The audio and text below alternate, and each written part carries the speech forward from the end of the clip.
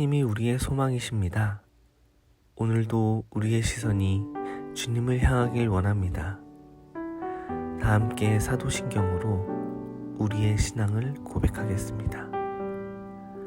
전능하사 천지를 만드신 하나님 아버지를 내가 믿사오며 그 외아들 우리 주 예수 그리스도를 믿사오니 이는 성령으로 잉태하사 동정녀 마리아에게 나시고 본디오 빌라도에게 고난을 받으사 십자가에 못 박혀 죽으시고 장사한 지 사흘 만에 죽은 자 가운데서 다시 살아나시며 하늘에 오르사 전능하신 하나님 우편에 앉아 계시다가 저리로서 산자와 죽은 자를 심판하러 오시리라. 성령을 믿사오며 거룩한 공회와 성도가 서로 교통하는 것과 죄를 사하여 주시는 것과 몸이 다시 산 것과 영원히 산 것을 믿사옵나이다. 아멘.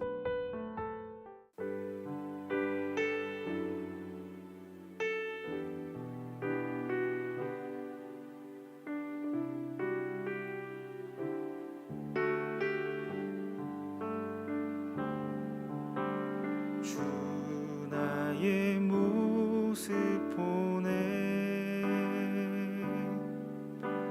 상한 나의 맘 보시네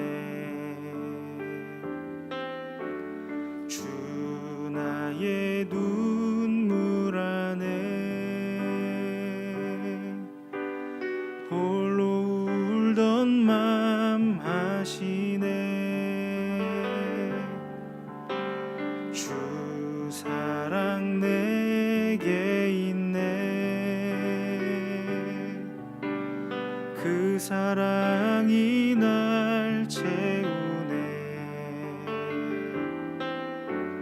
주 은혜 내게 있네 그 은혜로 날 세우네 세상 소망 다 사라져가도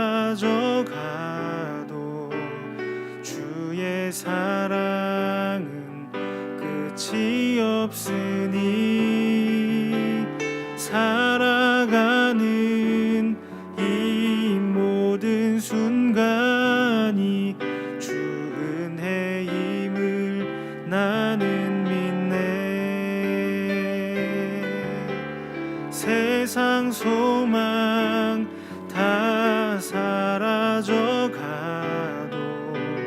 주의 사랑은 끝이 없으니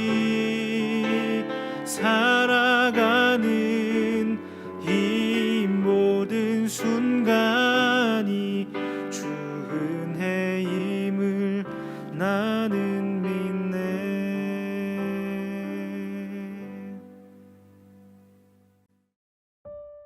오늘 우리가 함께 나눌 말씀은 에레미야 31장 15절부터 20절입니다.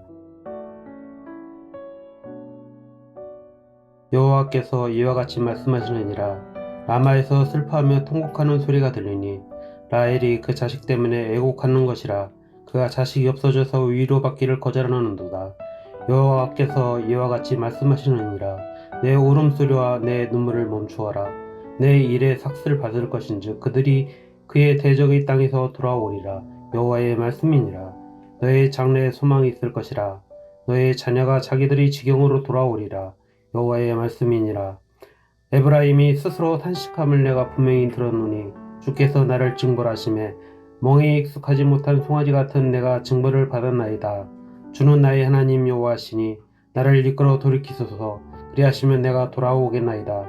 내가 돌이킨 후에 뉘우쳤고 내가 교훈을 받은 후에 내 볼기를 쳤사오니 이는 어렸을 때의 치욕을 짐으로 부끄럽고 욕됨이니이다 하도다. 에브라임은 나의 사랑하는 아들 기뻐하는 자식이 아니냐. 내가 그를 책망하여 말할 때마다 깊이 생각하노라. 그러므로 그를 위하여 내 창자가 들끓으니 내가 반드시 그를 불쌍히 여기리라. 여호와의 말씀이니라. 아멘. 반갑습니다. 오늘 예레미야 31장 15절부터 20절까지를 중심으로 믿음이라는 주제의 말씀을 함께 나누겠습니다. 오늘 본문에서 하나님께서 라헬 이야기를 하십니다.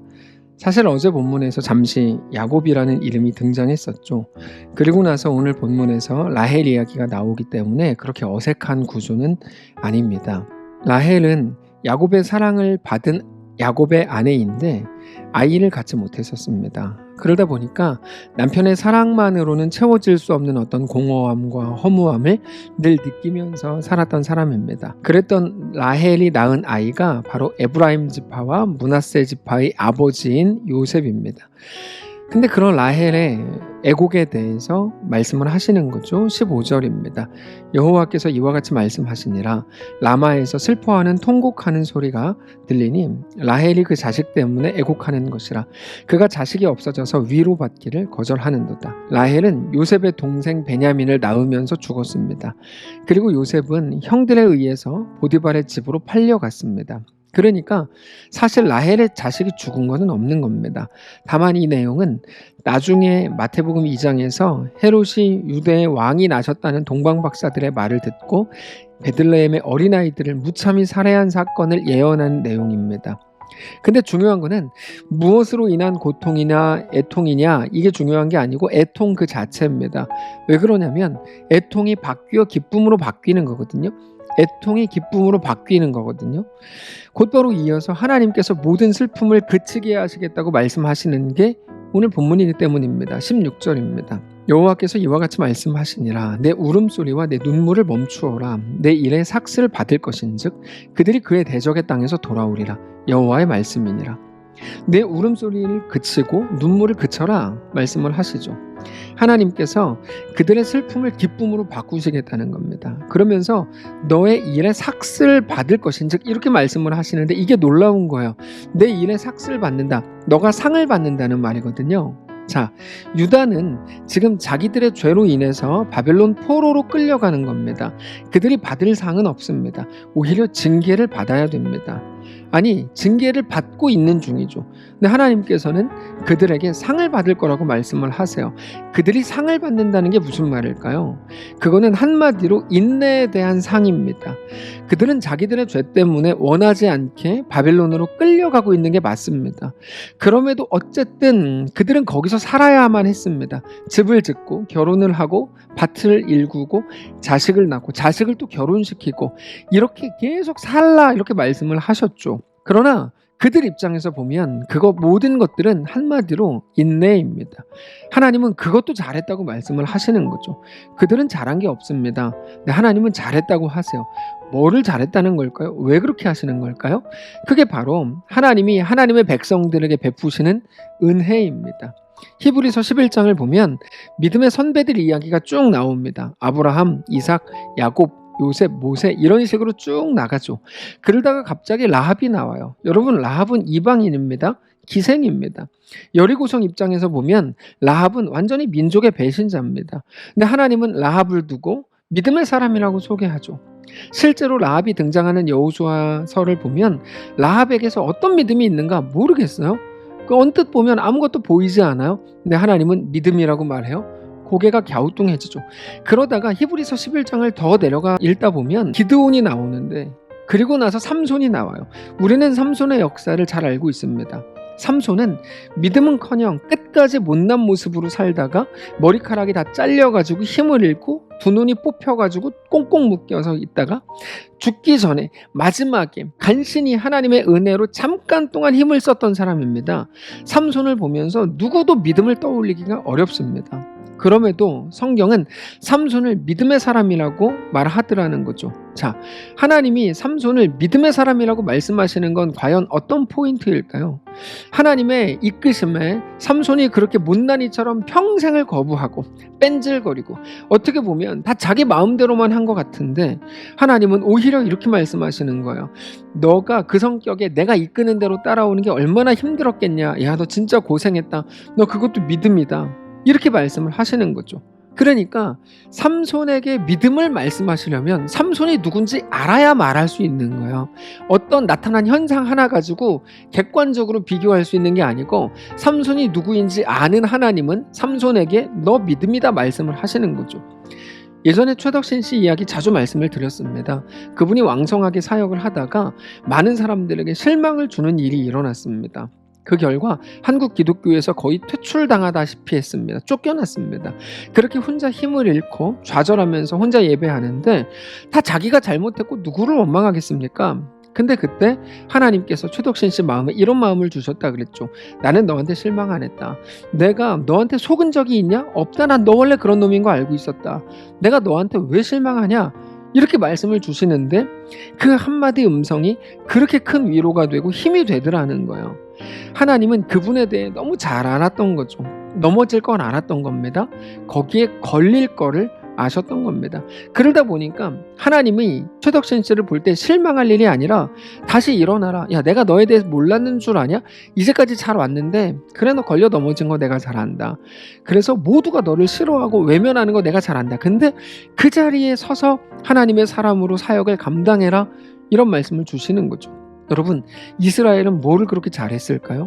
그들이 뭐를 그렇게 잘해서 상을 받는 걸까요? 지금으로서는 받아들이기 어려운 상황입니다. 오늘 본문의 말씀이 예레미야를 통해서 멸망을 선포하는 순간인데 무슨 상을 그들이 받을 게 있겠습니까? 그럼에도 불구하고 하나님께서는 그들에게 상을 말씀하세요. 왜요? 그들이 하나님의 백성, 하나님의 자녀이기 때문이죠. 하나님은 그들을 아시기 때문이에요. 너무 잘 아시기 때문이죠. 니네가 얼마나 못난 사람들인데 거기서 살아야 한다? 그것을 극복하고 견디고 인내하는 것이 너무 훌륭하다. 이거예요. 하나님은 무능한 아버지가 아닙니다. 자식을 가장 온전하고 가장 완전하고 제대로 가르치는 분입니다. 그들은 분명히 자기 죄악으로 인해서 징계를 받는 거지만 하나님께서는 그들이 징계를 받는 모든 과정을 보시면서 너 진짜 잘한다. 너 진짜 대견하다. 이렇게 말씀을 하시는 겁니다. 그게 18절부터입니다. 에브라임이 스스로 탄식함을 내가 분명히 들었노니 주께서 나를 징벌하심에 멍에에 익숙하지 못한 송아지 같은 내가 징벌을 받았나이다. 주는 나의 하나님 여호와시니 나를 이끌어 돌이키소서. 그리하시면 내가 돌아오겠나이다.